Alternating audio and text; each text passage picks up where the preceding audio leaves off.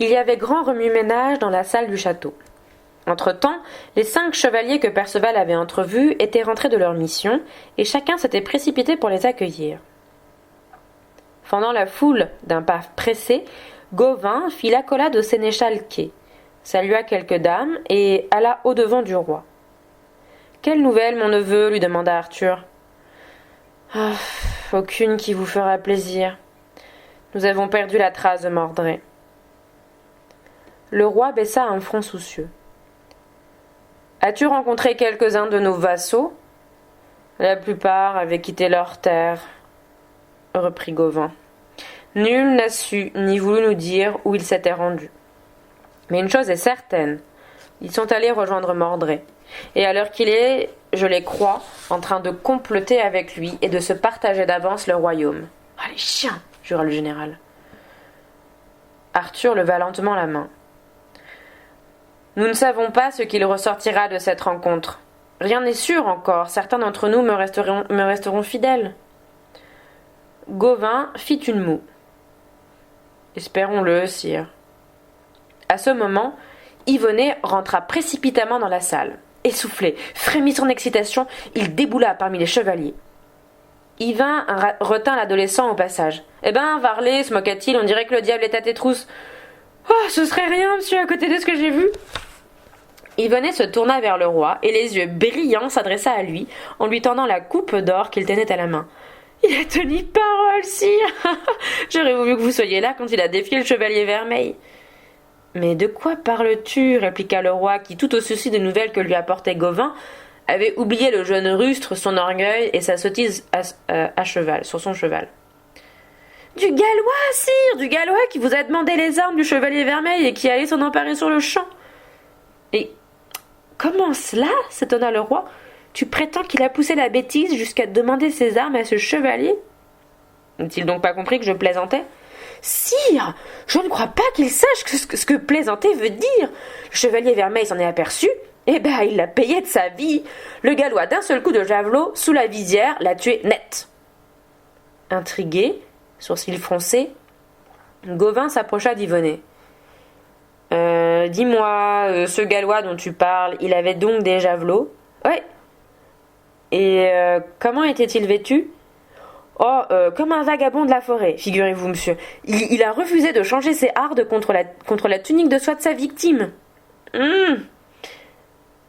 A-t-il dit son nom ?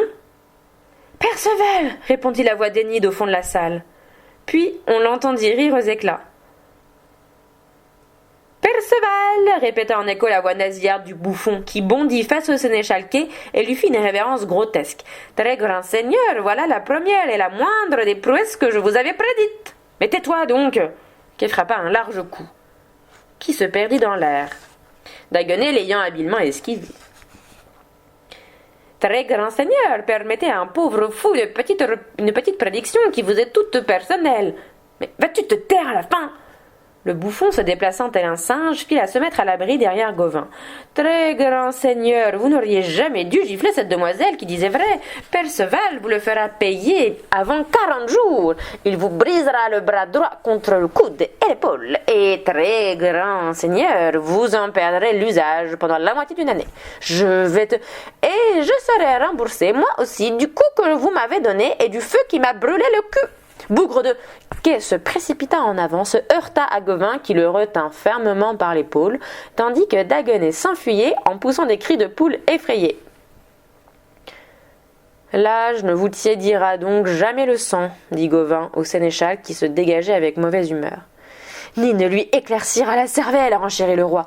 Quay, comprendras-tu ce que tu as fait ? Le vieux sénéchal haussa les épaules en bougonnant dans sa barbe. Je me moque bien des foutaises d'un bouffon. Quay, reprit patiemment le roi, il ne s'agit pas de mon fou, il s'agit de ce jeune Perceval. Tu l'as si mal accueilli qu'il n'est pas revenu ici après avoir terrassé le chevalier Vermeil. Il se proposait d'être mon chevalier pourtant. Pardon, sire, mais il n'y en avait pas l'air. Soudain, Arthur se dressa et cogna du poing sur la table. Il avait pâli de colère. Et s'il devient mon ennemi, de quoi, toi, auras-tu l'air ? Quay rougit violemment et baissa la tête. grommelant des mots incompréhensibles. Gauvin lui tapota l'épaule comme pour le réconforter, et se tourna vers le roi. « Donnez-moi congé, sire. Je veux dès maintenant retourner dans mon fief. »« Neveu, dit le roi, ne vas-tu pas m'abandonner dans ces circonstances ?»« Sire, répond Gauvin, je ne vous abandonne pas. Nous ne pouvons pour l'instant qu'attendre et préparer nos forces. Je vais m'y employer de mon côté. Je sais désormais que rien n'est perdu pour nous, grâce au sénéchal. » Kay et le roi eurent la même réaction de surprise. Gauvin sourit, tapota encore l'épaule du vieux sénéchal et ajouta : « Les plus flagrantes maladresses de Kay sont en fait des signes de la Providence. »« Ah bon ?» fit le sénéchal abasourdi. « Mais oui, Kay, sans vous, nous ne serions pas ce que nous sommes. » Et sur ces paroles énigmatiques, Gauvin salua le roi Arthur et quitta la salle. Il se sentait plus léger, plus sûr de lui, plus déterminé qu'il ne l'avait été depuis 5 ans. Depuis qu'il avait rencontré Lancelot, et presque aussitôt perdu cet ami et ce chevalier incomparable. Le temps restait clair, malgré l'automne. Le V frémissant d'un vol d'oies sauvages traversait le ciel, très loin, au-dessus des jardins de Carduel. Gauvin alla aux écuries choisir le roncin le plus vigoureux et le plus endurant. Les écuyers le harnachèrent, tandis qu'il songeait à ce petit Gallois qu'il avait pris pour un archange et à sa silhouette au bord de la mer, dans la neige, que lui aussi avait prise pour un ange, il y a si longtemps.